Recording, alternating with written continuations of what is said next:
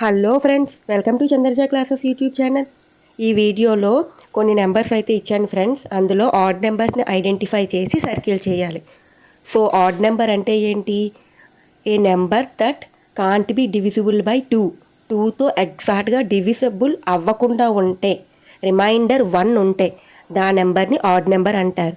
For example 4 is an even number, 9 is an odd number, కాబట్టి circle చేసాం. 2 even number, 12 even number, 11 is an odd number, so circle the 11 number.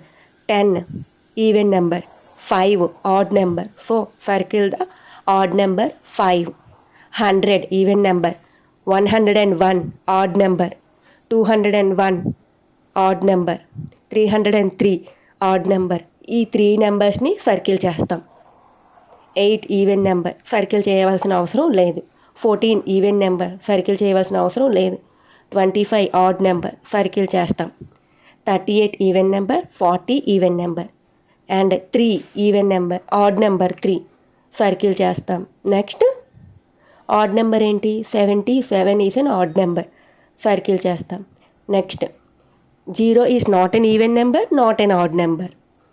22 even number, 35 odd number, so circle చేస్తాం. Thank you for watching this video, friends.